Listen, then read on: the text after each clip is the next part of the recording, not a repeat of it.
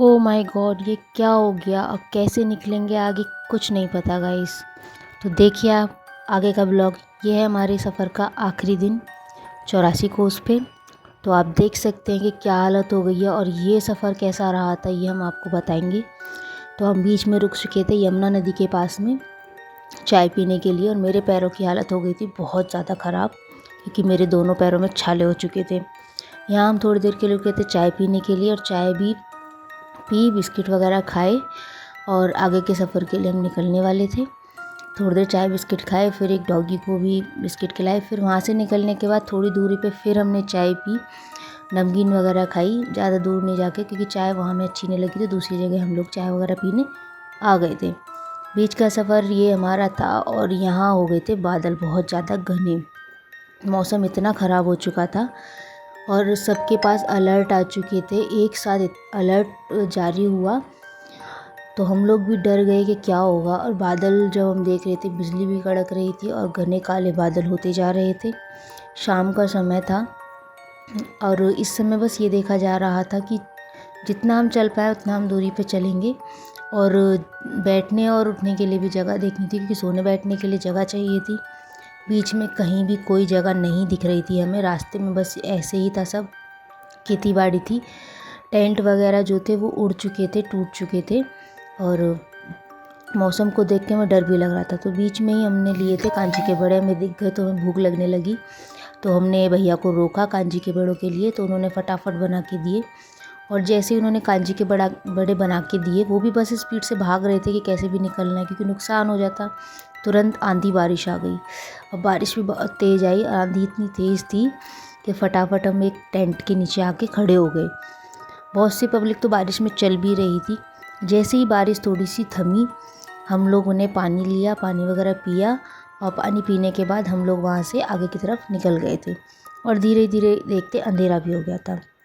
अंधेरा हो गया, हम रास्ते में बस ये देख रहे थे कि कहीं बैठने उठने की जगह मिले। और बीच में ये बहुत सुंदर सी झांकी थी राधा कृष्ण जी की। ये पालकी सजा कर लोग लेके जा रहे थे। इन्होंने पूरे सफ़र में ये हम देखते आए थे। बहुत सुंदर झांकी थी ये, गाने वगैरह बज रहे थे। अब जो ये रास्ता था गाइस, इस पे हमें दूर तक कुछ भी नहीं दिख रहा था, ना टेंट था ना कुछ।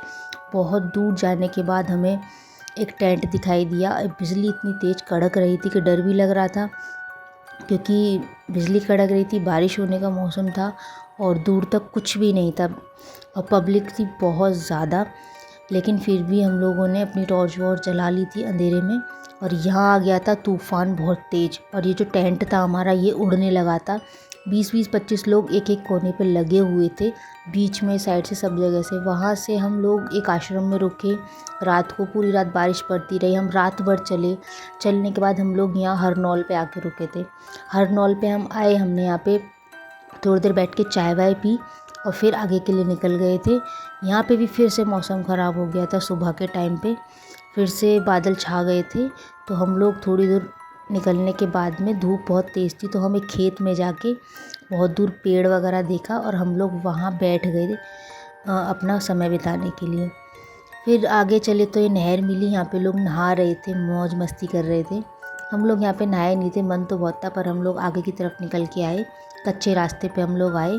सच में गाइस यहाँ पे हमें दुख भी बहुत हो रहा था, क्योंकि जिनके खेत थे उनके आधे खेत तो इसी वजह से दब गए, उनकी जो फसल थी वो दब गई थी हम लोगों की वजह से। कुछ शॉर्टकट रास्ते बने हुए थे जहाँ से निकल के पब्लिक जा रही थी, पर ये सफ़र जो था ये बहुत आनंद का सफ़र था। हमने पहली बार 84 कोस की यात्रा की थी और आप देख सकते हैं कि जिस तूफ़ान से कितना नुकसान हुआ है।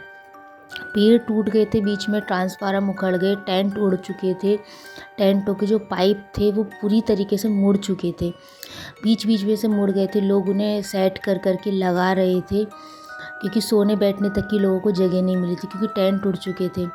कोई स्थान ऐसा नहीं था जहाँ पे पब्लिक बैठ सके। पूरे रास्ते में जितने भी पंडाल लगे थे वो सभी पंडाल बारिश और आंधी की वजह से टूट गए थे। वहाँ से निकलने के बाद हम लोग सफ़र, क्योंकि हमें आज ही लास्ट सफ़र करना था अपना। फिर हमें बीच में दादी जी मिली, जिनको उनके नाती पोते 84 कोस की पालकी में बिठा के यात्रा करा रहे थे। हम इनसे भी मिले थे। इनसे मिलने के बाद हम लोग आगे निकले। आगे ज़्यादातर कच्चे ही रास्ते थे और धूप भी धीरे धीरे बढ़ती जा रही थी।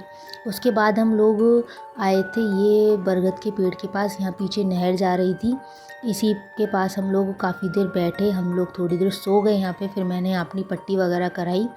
लेकिन यहाँ जो पट्टी की थी डॉक्टर साहब ने, सच में मैं बहुत परेशान हो गई। मैंने अपना हैंकी वैंकी लगाया तब जाके निकली, और फाइनली हम लोग आ गए थे अपने राय में।